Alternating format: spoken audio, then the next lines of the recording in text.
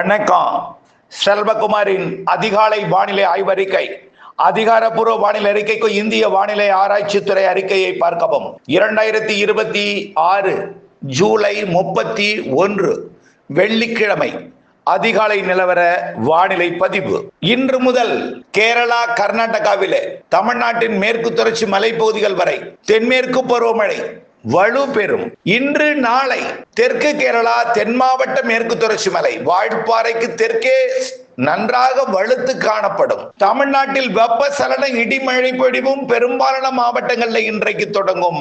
நாளை முதல் சற்று பரவலாகவே காணப்படும். தமிழ்நாட்டின் உள்பகுதி, கடலோர பகுதி வரை இந்த மழைப்பொழிவு மதியம், மாலை, இரவு, நள்ளிரவு, அதிகாலை நேரங்கள்ல ஆங்காங்கே 8ஆம் தேதி வரை சற்று கூடுதல் பரப்பிலும் ஒதுக்குதலுடனும், 8ஆம் தேதியிலிருந்து 12ஆம் தேதி வரை சற்று குறைந்த பரப்பில் ஒதுக்குதலுடனும், 12ஆம் தேதியிலிருந்து ஒரு 3 நாட்களுக்கு சற்று ஓய்ந்தார் போல் இருந்தாலும் மீண்டும் ஆகஸ்ட் 15க்கு மேல் வலு பெறும் தென்மேற்கு பருவமழை என்ற தலைப்புச் செய்தியுடன் விரிவாக பார்க்க இருக்கிறோம். குற்றாலத்துல கடந்த 2 நாட்களாக பெய்த மழை அருவியில் குளிப்பதற்கு தடை ஏற்படுத்தி இருக்கிறது.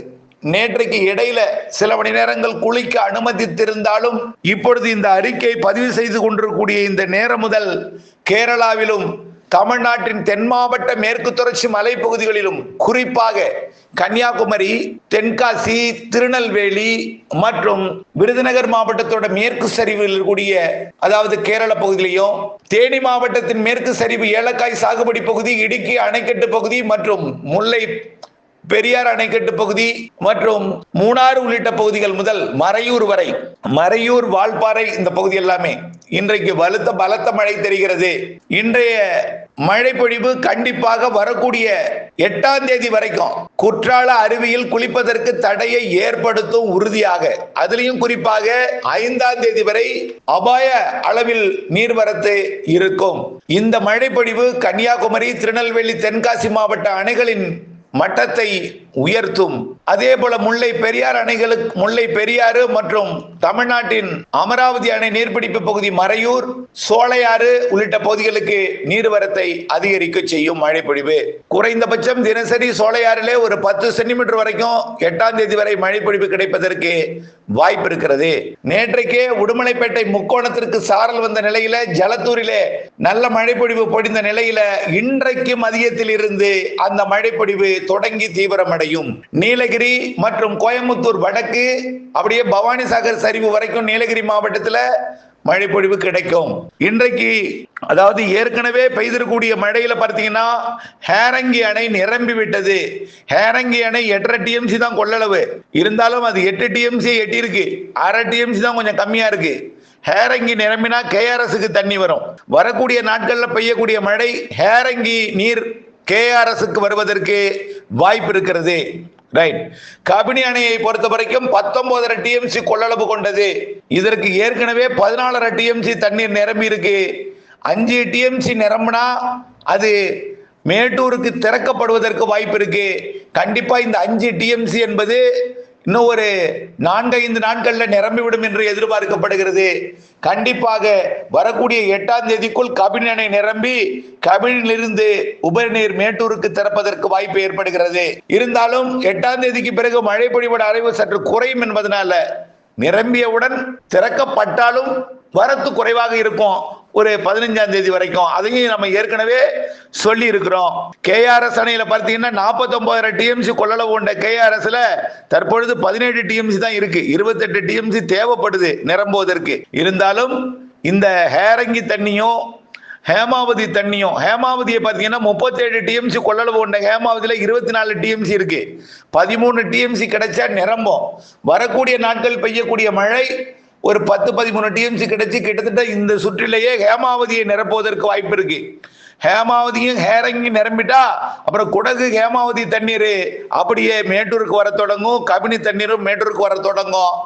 அது அந்த கணக்கின் அடிப்படையில் தான் நம்ம ஆகஸ்ட் மாதம் 15ஆம் தேதிக்கு மேல் பெய்யக்கூடிய 17ஆம் தேதி 18ஆம் தேதியிலிருந்து தீவிரமடையக்கூடிய ஆகஸ்ட் இறுதி நாட்களில் எல்லாம் பெய்யக்கூடிய மழை தமிழ்நாட்டிற்கு நீர்வரத்தை கொடுக்கும் என்று சொல்லி இருக்கிறோம். அதே போலதான் நீலகிரி இன்றிலிருந்து வயநாட்டிலே பெய்யக்கூடிய மழையும் நீலகிரி மாவட்டத்தில் பெய்யக்கூடிய மழையும் வயநாடு நீர் கபினியை நிரப்பும். நீலகிரி மாவட்ட மலைகள்ல பெய்யக்கூடியது அங்கே இருக்கக்கூடிய மின் உற்பத்தி நிலைய பவானிசாகர் நீர்பிடிப்பு பகுதிகள் அணைகளை நிரப்ப தொடங்கும் மெல்ல. ஆக வரக்கூடிய நாட்கள்ல கூடலூர், பந்தலூர், அவலாஞ்சி உள்ளிட்ட பகுதிகளுக்கு நல்ல மழை காத்திருக்கிறது. அதை விட கூடுதல் வால்பாறையில வரக்கூடிய 2-3 நாட்களுக்கு தென் மாவட்டங்களின் மேற்கு தொடர்ச்சி மலையிலையும் தெற்கு கேரளாவிலையும் பலத்த மழை இருக்கும். ஏற்கனவே ஒடிசா, மேற்கு வங்கம் கடந்த அந்த ஆழ்ந்த காற்றழுத்த தாழ்வு மண்டலம் தற்பொழுது பார்த்தீங்கன்னா குஜராத்தை நெருங்கி கொண்டிருக்கிறது. இன்றிலிருந்து மீண்டும் சூரத், மும்பை உள்ளிட்ட பகுதிகளுக்கு வெள்ளப்பெருக்கு ஏற்படுத்த போகிறது. குறிப்பாக சூரத்திற்கு வரக்கூடிய 24 மணி நேரம், அதாவது இந்த 31ஆம் தேதிக்கு பிறகு 1ஆம் தேதி 2ஆம் தேதி வாக்கில சூரத்திற்கு மீண்டும் வெள்ளப்பெருக்கு, குஜராத்திற்கு வெள்ளப்பெருக்கை ஏற்படுத்தி 3ஆம் தேதி விலகும். 3ஆம் தேதியிலிருந்து தென்மேற்கு பருவமழை தொடர்ச்சியாக கேரளாவிலும் கர்நாடகாவிலும் வலுவாக இருக்கும். தமிழ்நாட்டில் வெப்பசலன இடிமழை பொழிவும் தொடர்ந்து 8ஆம் தேதி வரை இருக்கும். இதுல குறிப்பாக 1ஆம் தேதியிலிருந்து 8ஆம் தேதி வரை இடைப்பட்ட மத்திய நாட்களாம் 3, 4, 5 தேதிகள் எல்லாம் நன்றாகவே வலுத்து இருக்கும். இன்றைய தேதியில மழை பெய்யாத காரணத்தினாலே கொஞ்சம் அனைத்தும் சந்தேக பார்வையிலேயே தெரியும். பொறுத்திருங்கள். இன்றைக்கு மாலைக்கு பிறகு ஆங்காங்கே வெப்பசலன இடிமழை பொழிவும் தென்மேற்கு பருவமழை பொழிகிறது என்ற தகவலும் வானிலை ஆய்வு நிறுவனம் வழியாக கன்னியாகுமரி முதல் நீலகிரி மாவட்டத்திற்கு பல மாவட்டங்களுக்கு சிவப்பு எச்சரிக்கை கொடுப்பதையும், கேரளாவிற்கு ஒட்டுமொத்தமாக ஒரு 10 நாட்களுக்கு சிவப்பு எச்சரிக்கை இருப்பதையும் நீங்கள் அறியலாம். ஆகவே இவையெல்லாம் அணைகள் நீர்பிடிப்பு பகுதிகளுக்கு நல்ல மழைப்பொழிவை கொடுக்கும். இந்த மழைப்பொழிவு தமிழ்நாட்டிலே வடகடலோரம், குறிப்பாக சென்னை, திருவள்ளூர் உள்ளிட்ட பகுதிகளுக்கு நல்ல மழைப்பொழிவை தொடர்ந்து எல்லா நாளும் கொடுக்கும்.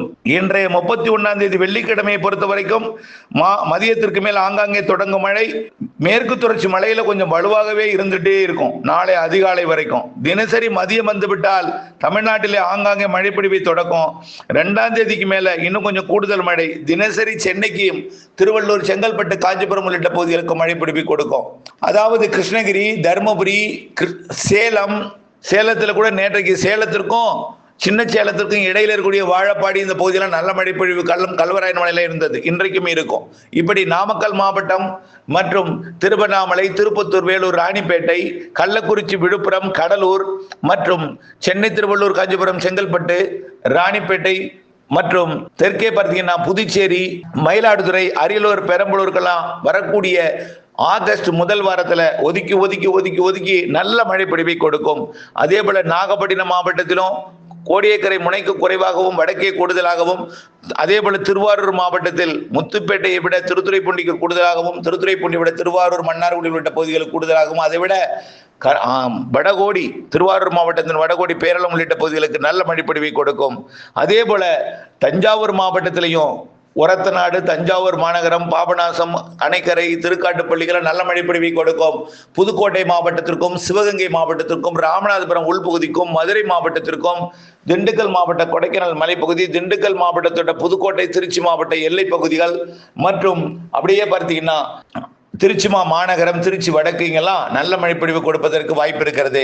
ஆகஸ்ட் முதல் வாரத்தில் 8ஆம் தேதி வரை மழைப்பொழிவை கொஞ்சம் வலுவாக கொடுத்து விட்டு, மேற்கு தொடர்ச்சி மலைகளிலேயும் நல்ல மழைப்பொழிவை கொடுத்து விட்டு, 8ஆம் தேதியிலிருந்து 12ஆம் தேதி வரை சற்று தீவிரத்தை குறைத்து, பிறகு 15ஆம் தேதி வரை மீண்டும் ஒரு வெயிலை ஒரு 2-3 நாளைக்கு கொடுத்து, மீண்டும் ஒரு எல்லினோ அச்சத்தை உங்களுக்கு ஏற்படுத்தி விட்டு, அச்சத்தை ஏற்படலைன்னா கூட உங்க மனதை இயற்கையே அது வந்து ஒரு வெயிலை கண்டோன்னு மீண்டும் பழைய நிலைமைக்கு மழை பெய்யாது என்கின்ற ஒரு அவநம்பிக்கை ஏற்படுத்தும்.